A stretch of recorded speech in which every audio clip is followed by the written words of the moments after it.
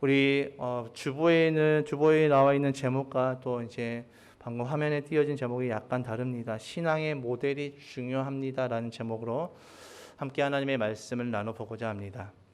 도쿄올림픽이 시작이 되면서 코로나와 폭염으로 지쳐있는 국민들에게 많은 힘과 격려가 되고 있는 것 같습니다. 저희도 이제 어제 그 멕시코전 8강전을 열심히 응원했지만 6대3으로 지게 되는 안타까움 가운데 또 채널을 돌려다 보니까 여자 배구를 또 승리하는 그 모습을 보면서 굉장히 또 많은 힘이 되었던 것 같습니다. 여자 배구의 간판 선수이자 버팀목이 되는 이 김연경 선수는 이 일본과의 그 경기 전에 있었던 도미니카 공화국과의 그 경기에서 패색이 짙어진 4세트에서 선수들에게 해보자 후회하지 말고라고 외쳤고, 선수들은 그 이야기를 듣고 나서 놀라운 집중력으로 4세트는 내주었지만 5세트에서 승리하여서 강호 도미니카 공화국을 이겼습니다. 참고로 도미니카 공화국은 세계 랭킹 6위이고 우리나라는 세계 랭킹 14위에 있습니다. 그러니까 엄청난 그 격차의 차이를 이겼습니다. 그리고 세계 랭킹 5위였던 일본과의 경기에서도 우리나라 선수들은 열심히 힘을 냈고, 김연경 선수는 경기 내내 선수들을 격려하고 다독였고, 그로 인하여서 선수들은 더욱더 집중하여서 열심히 하여서 일본과의 전쟁에서도 세트스코어 3대2로 승리를 하여서 8강행을 확정지었습니다. 여러분, 만약에 이 김연경 선수마저 우리는 안 돼라는 그런 마음으로 포기를 했다라면 어떻게 되었을까요? 아마 우리나라가 8강 진출하는 것은 어려웠을 것입니다. 제가 이 여자 배구 경기를 보면서 다른 사람들에게 모델로 세워진 사람이 얼마나 중요한지를 깨닫게 되었습니다.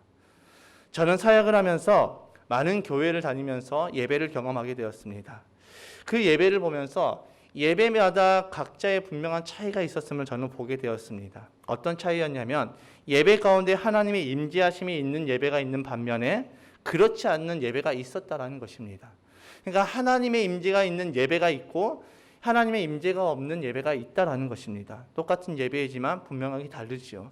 하나님의 임재하심이 있는 예배와 그렇지 못한 예배의 특징을 저는 살펴보면서 이런 특징이 있구나라는 것을 깨닫게 됐습니다. 하나님의 임재가 있는 예배는 어떤 예배냐면, 하나님의 임재하심이 뜨겁게 일하는 예배에는 특징이 있는데, 그것은 사역자들이 예배자로 잘 세워져 있다는 것입니다. 교회에서는 섬기는 자리들이 많이 있습니다. 특히 예배를 할 때는, 예배를 드릴 때 설교를 하는 저부터 시작해서 설교자, 성가대, 우리 교회는 성가대가 없지만 성가대가 있는 교회들이 많이 있죠. 그다음에 찬양팀, 반주자, 방송실, 교사 등등 수많은 곳에서 사역의 그 자리에서 예배를 드릴 때 섬기고 있습니다. 그런데 많은 사역의 자리에서 예배를 드릴 때 우리가 놓치는 부분들이 있습니다. 그것이 무엇이냐면, 우리가 그 자리에서 예배하고 있다는 생각보다 일하고 있다는 생각을 하는 경우가 많이 있다는 것입니다. 저 또한 설교자로 예배자가 되기보다는 설교하는 것을 일로 생각하고 일을 하는 사람으로 설 때가 참 많이 있음을 느꼈습니다. 그러나 일이 아닌 예배자로 세워졌을 때 그 예배 가운데 성령의 임재하심이 뜨겁게 나타났고, 성도들도 자연스럽게 예배자로 세워지는 것을 볼 수가 있었습니다. 반면에 하나님의 임재가 없는 예배는 어떤 특징이 있냐면, 교회를 섬기는 그 자리에 사람들이 세워져 있긴 하지만 그들이 예배자로 세워져 있지 않다는 것입니다. 섬기는 자리에서 일만 하고 있고 하나님께는 전혀 관심이 없습니다. 하나님을 예배하기 위해서 그 자리에 있는 것이 아니라 일 때문에 어쩔 수 없이 나오는 사람들이 많이 있습니다. 그러니 예배에 아무런 사모함도 없고, 당연히 예배는 하나님의 임재하심도 없고 성도들도 예배자로 세워지기가 쉽지가 않습니다. 어떤 차이입니까? 하나님의 임재하심이 있는 예배와 그렇지 못한 예배의 차이는 실력의 문제가 아닙니다. 탁월한 반주자와 찬양팀, 그리고 시스템과 스텝들이 있어서 성령의 임재가 있는 것이 아니라, 그 세워진 자들이 예배자로 세워졌느냐 아니냐의 그 차이가 예배에 성령의 임재하심이 있느냐 없느냐를 결정짓는다라는 것입니다. 그러니까 이곳에 예배하는 우리 모두가 어떤 모습으로 어떤 마음으로 이곳에 나왔느냐에 따라서 우리의 예배에 성령의 임재하심이 있냐 없느냐가 결정되어지는 것이지요. 예배자는 하나님을 경외함으로 그 자리에 서야 됩니다. 예배자는 하나님을 경외함으로 이 자리에 나와야 되는 것이지요. 경외하다라는 그 뜻은 공경하고 두려워함이라는 그 뜻을 가지고 있습니다. 이것을 우리식으로 표현해 보자면 하나님의 주권과 영광을 인정하며 갖게 되는 그 거룩한 두려움이라는 그 뜻을, 두려움을 가지고 이 자리에 선 것을 말하고 있습니다. 그러니까 하나님을 경외하여서 이 자리에 섰다라는 것은 우리가 하나님의 주권과 영광을 인정하며 주님의 그 거룩함에 대한 그 두려움으로 주님 앞에 섰음을 우리는 말하는 것입니다. 예배자는 그런 마음으로 주님 앞에 서지만 일꾼은 그렇지 않습니다. 빨리 일을 마치기만을 바라고 있습니다. 제가 젊을 때 노가다를 많이 뛰었습니다. 왜냐하면 수입이 짭짤하기 때문에 하루 열심히 일하면 하루에 한 7만 원 정도 벌기 때문에, 지금은 더 많이 벌더라고요. 그때 당시에 7만 원은 굉장히 큰 금액이었기 때문에 대학생 때 열심히 뛰었습니다. 그때 저는 일을 하면서 어떤 생각들을 했냐면 하루 종일 밥은 언제 먹지? 참은 언제 나오지? 여기서 말하는 참은 새참입니다. 밥과 밥 사이에 중간에 있는 그 참입니다. 간식입니다. 언제 집에 가지? 계속 이 생각만 하면서 시간만 때우고 있었던 것을 저는 보게 되었습니다. 교회에서도 우리가 예배자가 아닌 일꾼으로 세워지게 되면 우리도 그렇다라는 것입니다. 예배 언제 끝나지? 오늘따라 왜 이렇게 목사님 말씀이 길지? 오늘따라 왜 이러지? 이런 생각만 하고 있다가 빨리 끝나기만 바라고 있다가 집에 간다라는 것입니다. 그렇게 되니까 우리가 예배자로 세워지지 않고 일꾼으로 세워지면 하나님의 임재하심이 없는 예배가 당연하게 될 수밖에 없지요. 그렇다면 왜 어떤 교회에서는 예배자로 세워지고 어떤 교회에서는 예배자로 세워지지 못했을까요? 왜 어떤 교회는 예배자로 잘 세워졌지만 반대로 어떤 교회는 예배자로 세워지지 않고 왜 일꾼들로 세워졌을까요? 그것은 모델의 부재입니다. 대부분의 교회의 규모가 작은 교회, 그리고 인적 자원이 부족한 교회들은 한 사람이 여러 가지 사역을 맡기 때문에 지쳐 있거나 또 독점하게 되는 상황입니다. 이것은 내 거야. 주님이 맡겨주신 사명이 아니라 나 외에는 절대 이 자리를 맡을 수 없어라고 독점하는 상황이 되거나 아니면 한 사람이 여러 가지 사역을 하게 되면서 지쳐 있는 상황이 되어버립니다. 그러다 보니 누군가를 보고 배우지 못하고 모델이 없이 세워지거나 준비 없이 섬기는 자리에 세워지는 경우가 대부분이지요. 갑자기 반주자가 타지로 가거나 하면은 갑자기 그 일들을 감당해야 돼서 준비되지 않은 상태에서 바로 세워지는 경우가 많이 있습니다. 갑자기 이 사람이 너무 지쳐서 왜 이렇게 사역이 많아 하고 지쳐서 번아웃이 돼서 교회를 옮겨버리면 그 자리를 누군가는 메꿔야 되기 때문에 준비 없이 그 일들을 감당해야 되는 것입니다. 그러다 보니 올바른 모델이 없이 그 일을 감당하면서 자연스럽게 그 자리에 어떤 마음으로 서 있어야 하는지를 모른 채 사역을 감당하니 자신도 모르게 예배자가 아닌 일꾼이 되어버린 것입니다. 그러면 우리는 어떻게 해야 될까요? 하나님을 예배하는 모습이 아니라 하나님을 그 섬기는 것이 하나의 일로 여기며 섬기는 모습을 보는 대부분의 반응은 어떻습니까? 어쩔 수 없다라고 이야기를 합니다. 어쩔 수 없어요. 교회가 작아서 어쩔 수 없어요. 사람이 없어서 어쩔 수 없어요. 라고 이야기를 하는 경우가 많이 있습니다. 대부분 이제 어른들은 어떻게 이야기하냐면 낳아준 것만으로도 감사하다라고 생각하고 그렇게 이야기를 합니다. 그래도 낳아준 것만으로도 감사하죠. 제가 사역을 하면서 우리 반주자들이 반주만 딱 끝나면 설교를 들을 때마다 자꾸 나가는 겁니다. 그래서 제가 부교육자 때 그 부분들을 지적을 했더니 그 아이들의 부모님이 장로님이셨는데 그래도 나와준 것만으로도 감사하죠 라고 하니까 더 이상 할 말이 없었습니다.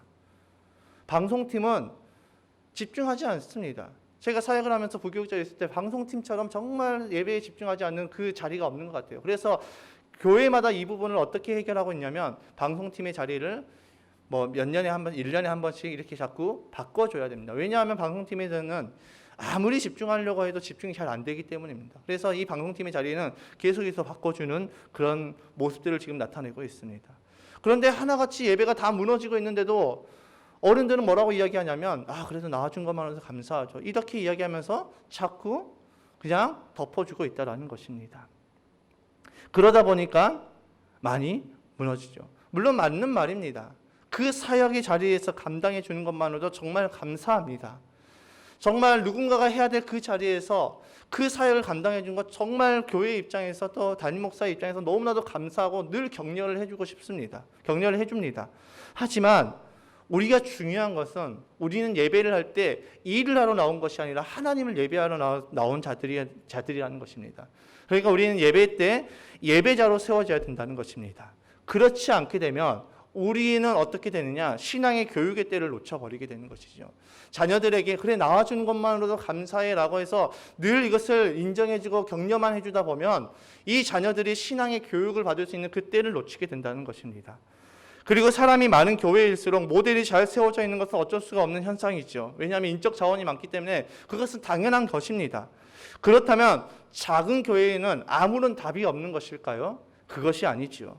작년에 제가 가정교회 연수를 갔던 전주 기쁨이 넘치는 교회에서 이제 청소년부 담당 목사님과 함께 면담을 하면서 그 담당 목사님께서 저에게 이런 말씀하셨습니다. 목사님, 우리 교회가 처음부터 이렇게 잘 세워졌을까요? 그것은 아니에요. 처음에 우리 교회가 3명 있었는데 중고등부를 3명으로 시작했는데 그 3명으로 가지고 시작하면서 저는 이 아이들 한 사람을 세우는 것에 힘을 썼다라고 이야기했습니다. 한 사람 한 사람을 세워 나가다 보니까 그 세워진 사람을 통해서 다른 누군가가 후배들을 배우게 되고 또 후배들이 또 세워지니까 그 후배들을 배우게 되면서 지금의 이렇게 많은 분들이 찾아와서 탐방을 하게 되는 그런 모델의 교회가 되었습니다라고 말씀하셨습니다. 여러분, 여기에 정답이 있는 것이죠. 작은 교회일수록 우리는 핑계를 찾게 됩니다. 많은 사람들이 우리는 교회가 작아서 어쩔 수가 없어요. 우리는 사람이 없어서 어쩔 수가 없어요. 우리는 맡은 사람이 이 아이밖에 없어서 어쩔 수가 없어요 라고 하면서 핑계를 찾습니다. 그러나 분명한 것은 처음부터 모델들이 많아서 세워진 교회는 없다라는 것입니다. 모델이 잘 세워져 있던 교회는 처음부터 한 사람씩 세워나갔던 교회라는 것을 반증해 주고 있는 것이지요. 오늘 본문의 상황도 마찬가지입니다. 오늘 본문의 상황을 한번 살펴보겠습니다. 히스기야가 왕이 되었습니다. 히스기야가 왕이 되었을 때, 왕이 된 히스기야는 자신이 왕이 되었을 때 우리나라 이 남유다가 어떤 나라가 되기를 꿈꿨을까요? 아마 그의 행보를 보게 되면 이 남유다가 다윗의 때의 그 영광을 회복하기를 원했던 것 같습니다. 지금 이스라엘의 모습을 바라보면서 무엇 때문에 우리가 하나님의 징계를 받는지도 그는 알았던 것 같습니다. 그 이유가 무엇입니까? 그는 종교개혁을 일으켰습니다. 그가 왕이 되어서 가장 먼저 했던 것이 바로 종교개혁이기 때문이지요. 자신의 아버지인 아하스의 모든 악행을 끊고자 했습니다. 그런데 한번 히스기야의 상황을 한번 살펴볼까요? 히스기야는 모델이 없었습니다. 그가 왕이 되었을 때 그에게는 아무런 모델이 없었습니다. 다윗이 어떻게 살았다, 다윗이 하나님 앞에 어떤 모습으로 있었다라는 문헌만 남아 있었지, 그가 자라는 동안, 어릴 때부터 자라면서 왕이 될 동안에 배울 만한 모델은 전혀 없었습니다. 그의 아버지 아하스 역시 악한 왕으로 평가를 받고 있고, 그는 바알의 신상을 만들어서 우상을 섬기게 하였고 자신의 아들을 불로 태워서 제물로 바치기까지 했습니다. 우리 역대하 28장 2절에서 3절의 말씀 함께 읽어볼까요? 역대하 28장 2절에서 3절입니다. 시작. 오히려 그는 이스라엘의 왕들이 걸어간 길을 걸어갔고 심지어 바알 신상들을 부어 만들기까지 하였다. 흰놈의 아들 골짜기에서 분향을 하고 자기 아들을 불에 태워 제물로 바쳤다. 이것은 주님께서 이스라엘 자손이 보는 앞에서 쫓아내신 이방 민족들의 역겨운 풍속을 본받은 행위였다. 아멘. 여러분, 히스기야는 자신의 유년 시절부터 하나님을 경외하고 하나님을 예배하는 자들의 모습을 단 한 번도 보지 못했던 왕입니다. 그런 그가 왕이 되었을 때 그는 무엇을 결단했냐면, 나는 하나님을 경외함으로 모델을 세우기로 결단을 하였습니다. 그 결단의 시작이 무엇입니까? 바로 하나님께 예배하는 그 예배를 방해하는 우상과 산당을 헐어버리는 것이었습니다. 본문 4절의 말씀을 읽어보겠습니다. 시작. 그는 산당을 헐어버렸고 돌 기둥들을 부수었으며 아세라 목생을 찍어버렸다. 그는 또한 모세가 만든 구리뱀도 산산조각으로 깨뜨려 버렸다. 이스라엘 자손이 그때까지도 느수단이라고 부르는 그 구리뱀에게 분향하고 있었기 때문이다. 아멘. 여러분, 히스기야의 결단에 무엇이 느껴집니까? 그는 왕이 아닌 예배자가 되기를 결단한 것입니다. 히스기야는 무엇 때문에 우상을 없애고 산당을 헐어버렸습니까? 히스기야는 왕이 아닌 하나님을 예배하는 예배자가 되기로 결단하고 결심한 것이지요. 자신이 예배자가 됨으로써 타락한 남유다가 다시 하나님을 예배하기를 원했던 것입니다. 왕이 되어서 모델이 없었던 이 남유다에서 히스기야는 왕이 아니라 예배자로서 모델이 되고자 하였던 것입니다. 하나님을 경외하는 그 모델, 하나님을 섬기는 모델, 왕인 내가 모델로 세워졌을 때 우리의 백성들이 나를 본받고 우리의 백성들도 함께 예배를 하는 그런 나라를 꿈꿨던 것입니다. 그리고 그는 하나님을 경외하며 하나님을 예배하는 데 있어서 가장 걸림돌이 되고 있는 이 우상과 산당을 헐어버렸지요. 그 결과는 어떻습니까? 결과는 히스기야를 향해서 전에도 후에도 그런 왕이 없었다라고 평가를 하고 있습니다. 한마디로 표현하면 전무후무한 왕이 되었다라고 말하고 있죠. 전무후무한 예배의 모델이 되었다라고 말씀하고 있습니다. 5절의 말씀을 함께 읽겠습니다. 시작. 그는 주님이신 이스라엘의 하나님만을 신뢰하였는데 유다 왕 가운데는 전에도 후에도 그만한 왕이 없었다. 아멘. 우리식으로 말하면 그 당시 다윗의 행적이 기록된 그 문헌 외에는 그 어떤 모델이 없었던 그 시대, 기록된 문헌으로서의 그 모델 다윗은 있지만 실제적인 모델이 없었던 그 시대에 하나님을 향하여서 뜻을 정한 이 히스기야는 남유다의 모델이 되었음을 말하고 있습니다. 그리고 남유다는 이 히스기야를 필두로 하여서 남유다의 예배의 회복이 일어났습니다. 여러분, 우리 교회가 신앙의 모델, 영적인 모델은 사실 죄송한 말씀이지만 우리 교회의 신앙의 모델, 영적인 모델은 다른 큰 교회에 비해서 많이 부족한 현상입니다. 그렇다면 우리가 여기서 포기해야 될까요? 아니지요.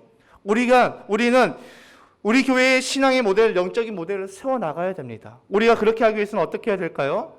우리는 히스기야처럼 예배자가 되어야 됩니다. 오늘 본문의 말씀처럼 히스기야와 같이 예배자가 되어야 되는 것이지요. 히스기야가 왕이 되는 것을 선택하지 않고 예배자가 되기를 결단하고 선택했던 것처럼 우리도 일만 하는 사역자가 아니라 우리도 단순히 시간만 때우면서 이 자리에 앉아 있는 것이 아니라 우리가 예배자가 되기를 결단해야 된다는 것입니다. 우리가 예배자가 되면 우리부터 시작되어서 우리는 모델을 세워나가게 되는 것입니다. 찬양 중에 나로부터 시작되리라는 찬양이 있습니다. 그 찬양의 후렴구가 이렇습니다. 주의 꿈을 안고 일어나리라, 선한 능력으로 일어나리라, 이 땅의 부흥과 회복은 바로 나로부터 시작되리. 주의 꿈을 안고 일어나리라, 선한 능력으로 일어나리라, 이 땅의 부흥과 회복은 바로 나로부터 시작되리. 여러분, 이 찬양의 가사에 우리의 정답이 있지 않습니까? 교회의 모델이 없음을 우리는 서로를 향해서 책망하고 서로를 향해서 탓하는 것이 아니라 우리는 이제부터 이 일들을 해나가야 되는 것입니다. 우리는 지금부터 모델을 세워나가면 되는 것입니다. 이것은 누구 때문이야?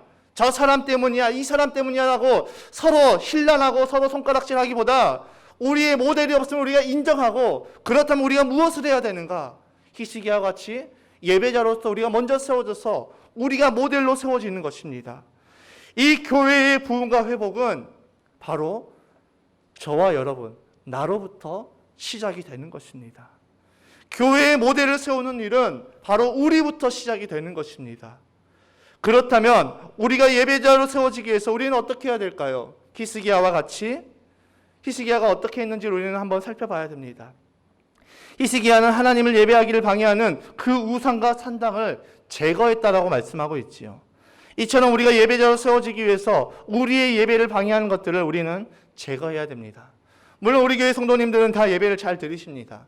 그런데 가끔 우리의 예배를 방해하는 것들이 있다라는 것입니다.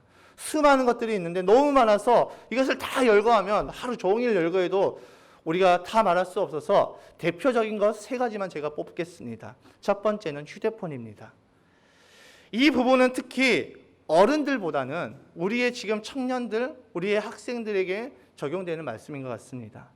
무엇이 우리의 예배를 방해하는 것입니까? 가장 대표적인 것이 바로 우리의 스마트폰, 휴대폰이지요. 스마트폰의 시대가 되면서 이제는 휴대폰 하나로 모든 것을 다 할 수가 있습니다. 그 안에서 게임도 하고 인터넷도 보고 웹툰도 보고 예배도 들을 수 있고 말씀도 들을 수 있지만 우리가 예배 시간에 우리의 시선을 빼앗는 그 스마트폰은 우리에게 좋은 것을 주는 것이 아니라 좋지 않은 것을 주는 것입니다. 그렇게 휴대폰은 하나님께로 향해야 될 우리의 시선을 빼앗기에 가장 좋은 물건입니다. 스마트폰을 우리가 잘 사용하면 너무나도 좋지요. 그러나 대부분의 우리 청년들, 대부분의 학생들은 스마트폰을 제대로 사용하고 있지 않습니다. 내가 예배를 드릴 때 이 스마트폰이 그 유혹을 우리가 이길 수 없다면 우리는 어떻게 해야 될까요? 휴대폰을 아예 안 가지고 오거나 아니면 부모님께 맡겨드리면 되는 것입니다. 그렇게라도 우리는 예배에 집중해야 됩니다. 그리고 우리의 부모님들은 자녀가 예배자로 세워지기 원한다면 특히 예배 시간만큼은 자녀의 그 자녀가 휴대폰의 그 유혹으로부터 자유로워질 때까지 자녀와 휴대폰을 예배 시간만큼이라도 잠시 분리시켜 주시기를 부탁드립니다. 이것은 선택의 문제가 아닙니다. 필수적인 사항입니다. 그렇기에 당장 다음 주부터 우리가 예배를 드릴 때 우리의 자녀들 손에 휴대폰이 없기를 간절하게 부탁드립니다.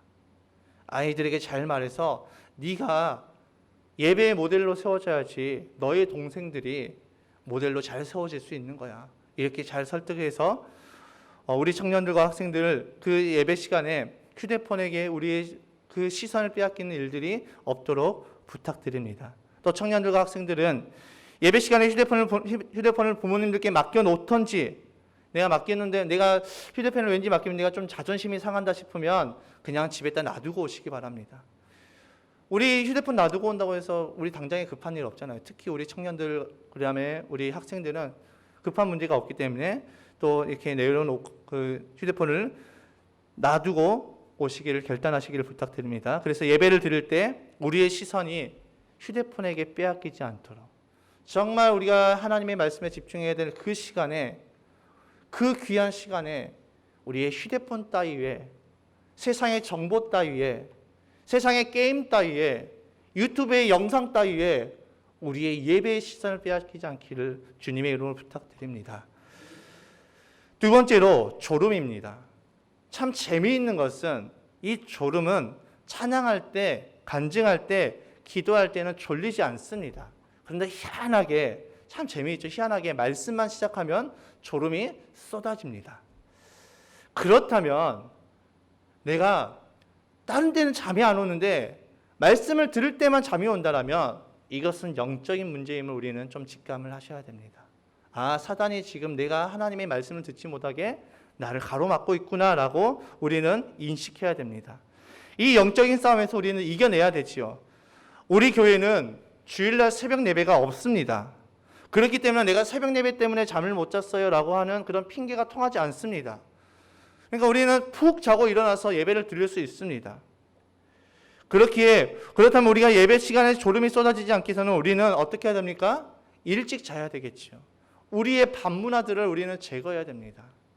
수많은 청소년들은 밤이 되면 더 활발하게 일어납니다. 그런데 문제는 청소년에게만 일어나는 것이 아니라 어른들에게도 이것이 일어난다는 것이죠. 어른들도 밤새 유튜브 보느라고 잠을 안 주무시는 분들이 계시다는 것입니다. 그러니까 우리의 밤문화를 이제는 없애고 이제는 우리가 더 일찍 자서 우리가 예배 시간에 집중할 수 있도록 우리는 우리의 생활 패턴을 바꿔야 됩니다. 밤문화가 없어지면 없어질수록 예배 시간 우리의 정신은 더욱더 또렷해지는 것은 통계적으로 당연한 것이죠. 또 보면 주일날 아침에 일찍 일어나서 목욕탕을 가시는 분들이 계십니다. 물론 그 교회 가기 전에 깨끗하게 씻고 나오려는 그 의도는 잘 알겠습니다. 그런데 아침 일찍 일어나서 목욕탕을 갔다 오면 대부분은 10의 한 7, 8 정도는 예배 시간에 졸고 계십니다. 통계적으로 그렇습니다. 왜냐하면 우리의 긴장이 풀리기 때문에 예배 시간에 졸게 됩니다. 그러니 주일날 아침에는 목욕탕 가시는 것을 좀 자제해 주시고 아침까지 푹 주무시기를 부탁드리겠습니다. 그렇게 잠을 푹 자고 왔는데도 졸리는 경우가 있습니다.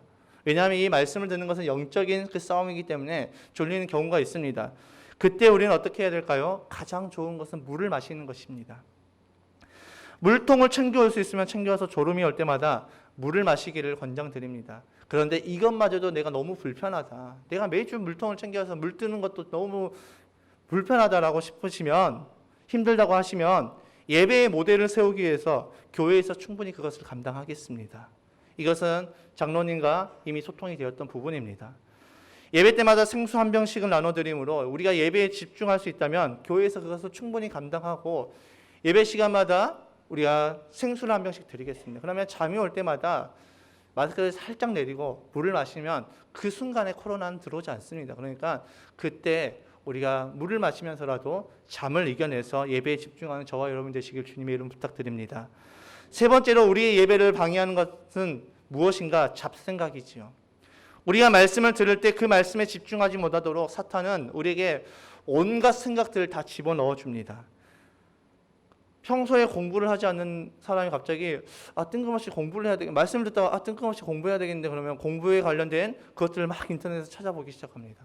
저도 그런 것들을 많이 느끼는데 제가 평소에 이제 말씀을 듣다가 뜬금없이 오늘 좀 책을 볼까 그러면서 책을 이렇게 생각하고 있는 그런 모습들을 저희 모습을 많이 발견하게 되었습니다. 그러니까 사탄은 우리가 하나님의 말씀을 듣지 못하도록 수많은 온갖 생각들을 넣어주고 그 일들이 생각나서 그것을 어떻게 해야 될지 고민하다가 예배가 끝나는 경우가 많이 있습니다. 이 잡생각을 버리는데 가장 좋은 방법이 무엇일까요? 저는 다른 많은 것들도 있지만 제게 있어서 가장 좋은 방법은 설교 노트를 적는 것이라고 저는 생각되어집니다.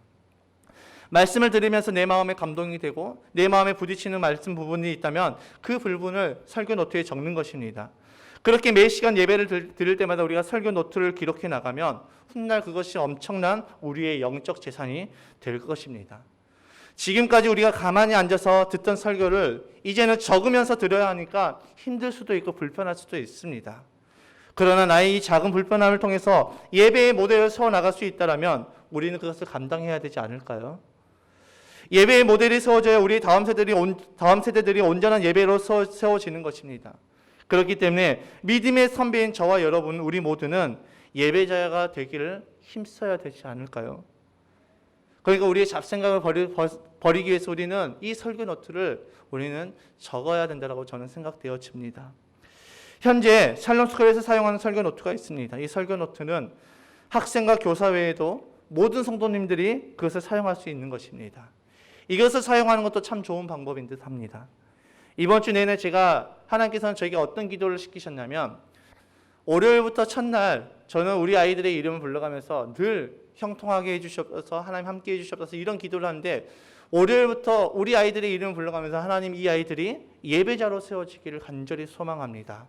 우리 교회의 예배자로 세워져서 예배의 모델이 되어서 우리의 다음 세대들을 세우는 귀한 축복의 통로로 사용하여 주옵소서 이렇게 기도가 나오면서 우리 아이들뿐만 아니라 우리 모든 성도님들의 이름을 불러가면서 기도할 때마다 하나님 예배자로 세워지기 원합니다.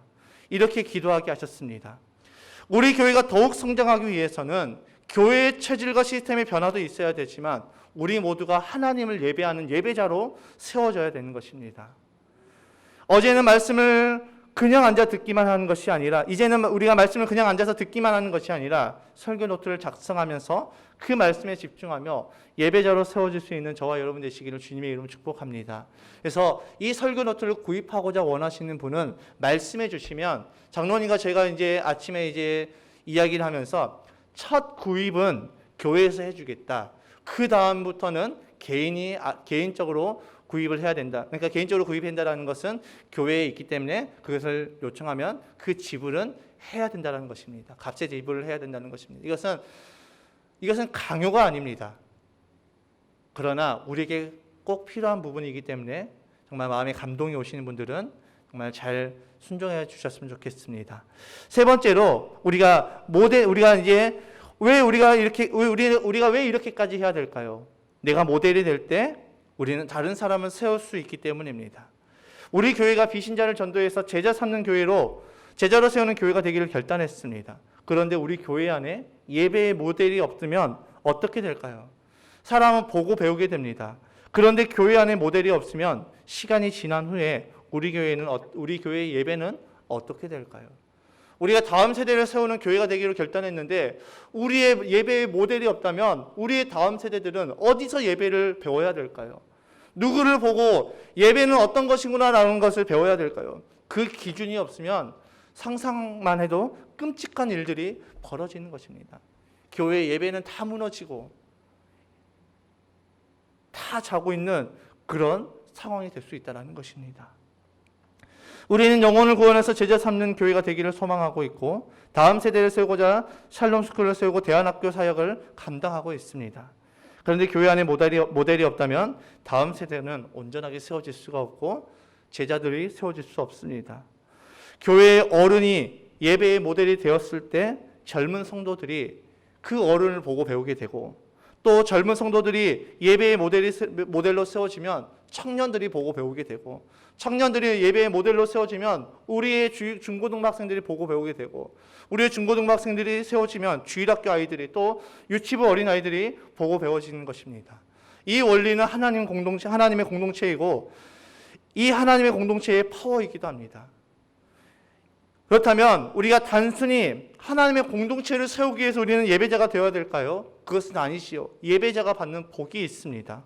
오늘 본문을 보니까 히스기야가 예배자로 결단하고 예배자로 세워졌을 때 그에게 있었던 복이 있습니다. 첫 번째로 형통한 삶이 되었음을 우리는 볼 수가 있습니다. 본문 6절과 7절의 말씀을 읽어보겠습니다. 시작. 그는 주님에게만 매달려 주님을 배반하는 일이 없이 주님께서 모세에게 명하신 계명들을 준수하였다.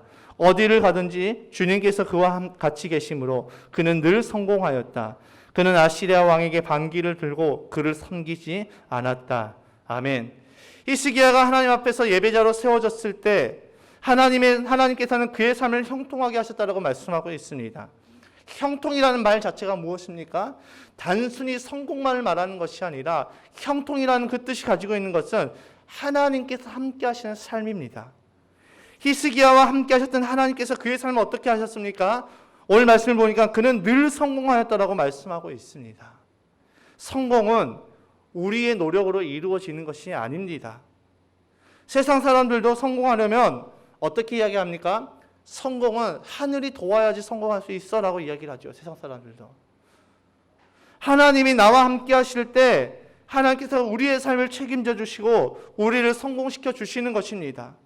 그런데 우리는 이 성공에 집중해서는 안 됩니다. 내가 성공하기 위해서 예배자가 되는 것이 아니라 우리는 하나님과 함께하는 것에 집중해야 되는 것이지요. 하나님께서 나와 함께 하실 때 그 인생이 눈에 보기에는 잘 풀리는 것처럼 보이지 않는다 할지라도 하나님께서는 결국 형통함으로 이끌어 가십니다.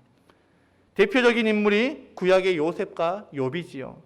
그들이 고난을 당할 때 그들의 모습을 보면서 아무도 그들의 인생이 성공했다라고 말할 수 없었습니다. 그들의 인생은 실패했다라고 말해야 되는 상황이었습니다. 그런데 그 어느 누구도 그들을 향해서 실패했다라고 말하는 사람이 없었습니다. 왜냐하면 이 당시 구약이 기록됐던 그 당시 그 유대인들의 그 마음 가운데 무엇이 있었냐면 저 사람이 잘 안 되고 있는데 어떻게 해야 되지? 가만 지켜봐봐.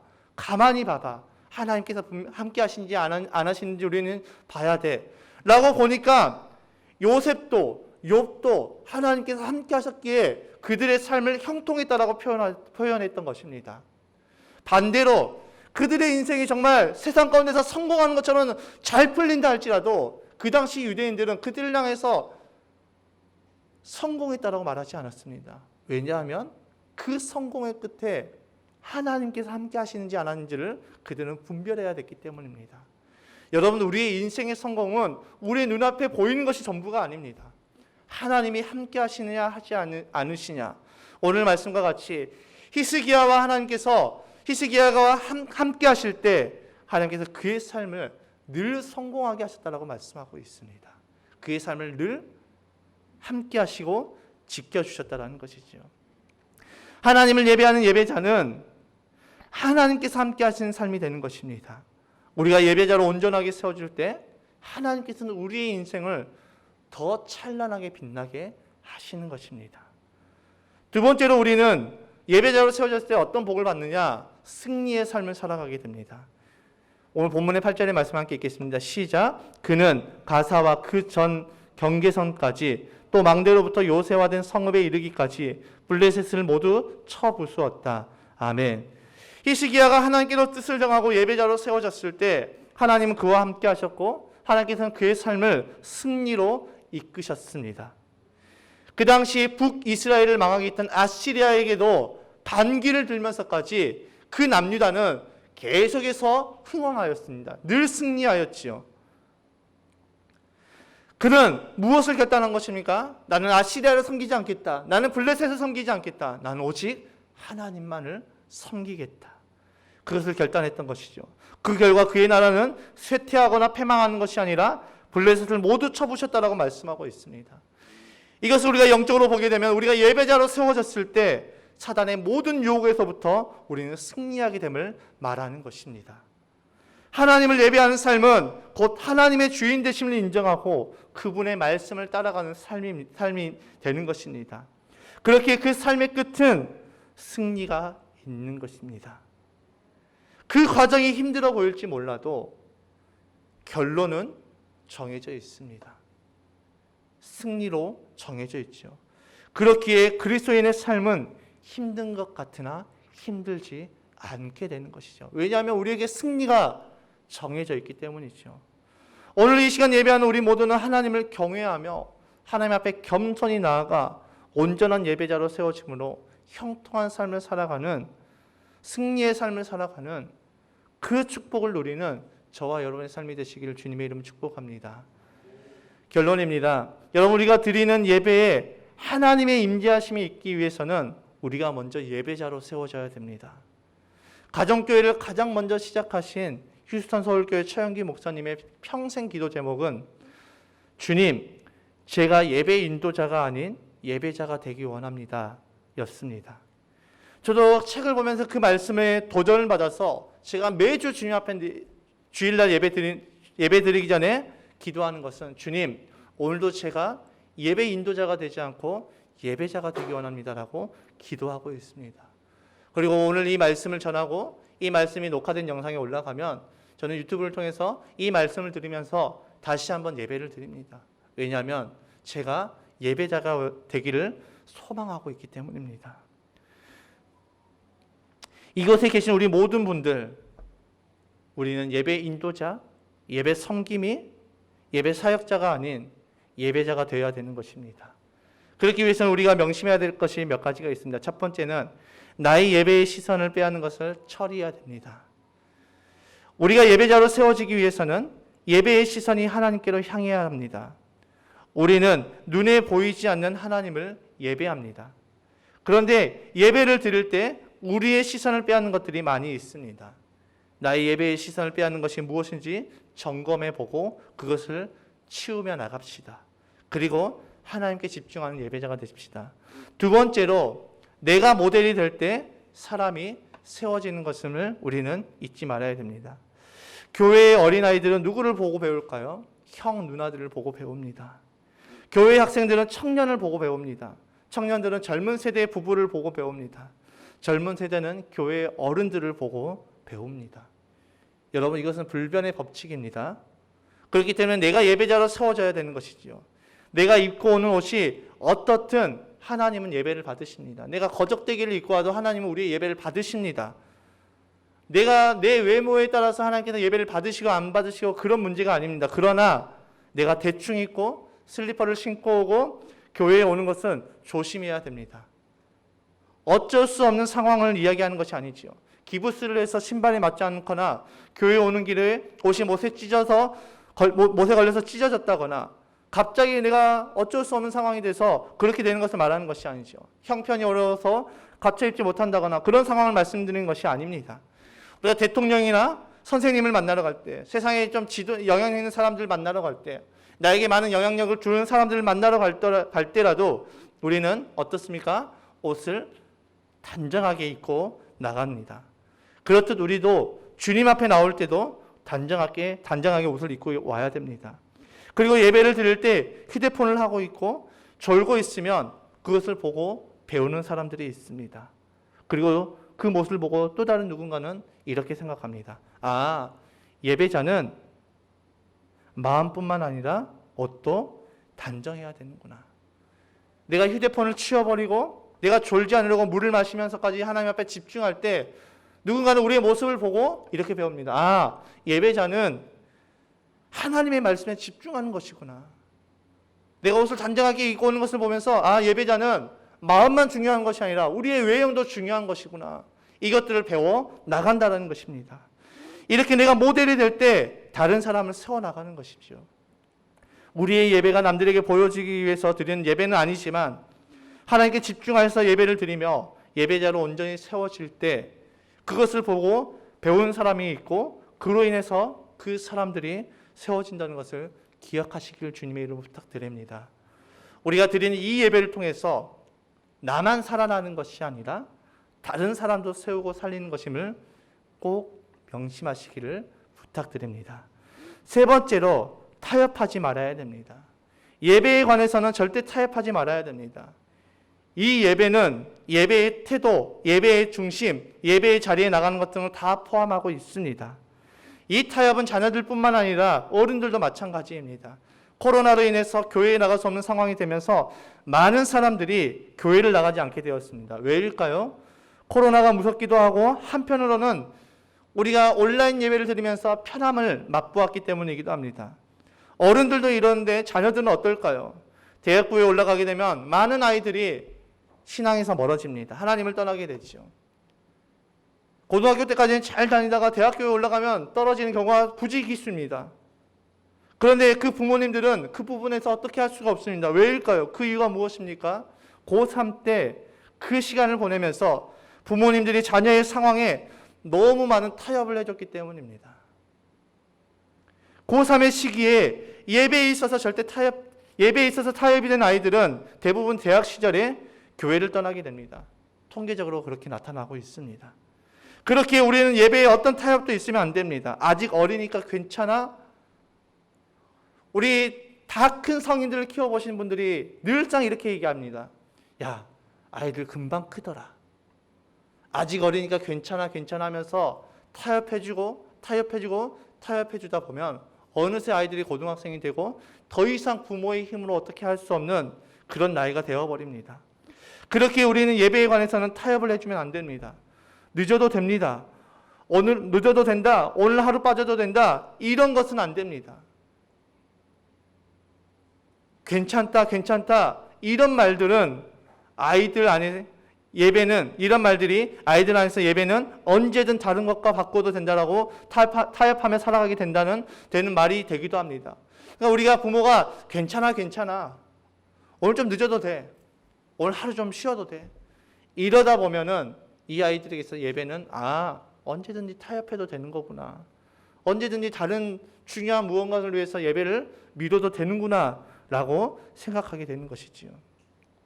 그렇기 때문에 우리는 이런 말들이 아니라 예배에 있어서 절대 우리가 타협하지 말아야 될 것은 타협하지 말고 예배의 자세를 세워나가는, 예배자로 세워나가는 저와 여러분의 삶이 되시기를 주님의 이름으로 축복합니다. 우리의 이 변화가 우리 교회의 영적 모델을 세우게 되고 그 모델을 통하여서 많은 영혼들이 세워지게 됨을 기억하여서 예배자로 세워지기를 결단하는 백화교회 모든 성도님들이 또 우리의 모든 자녀들이 되시기를 주님의 이름으로 축복합니다.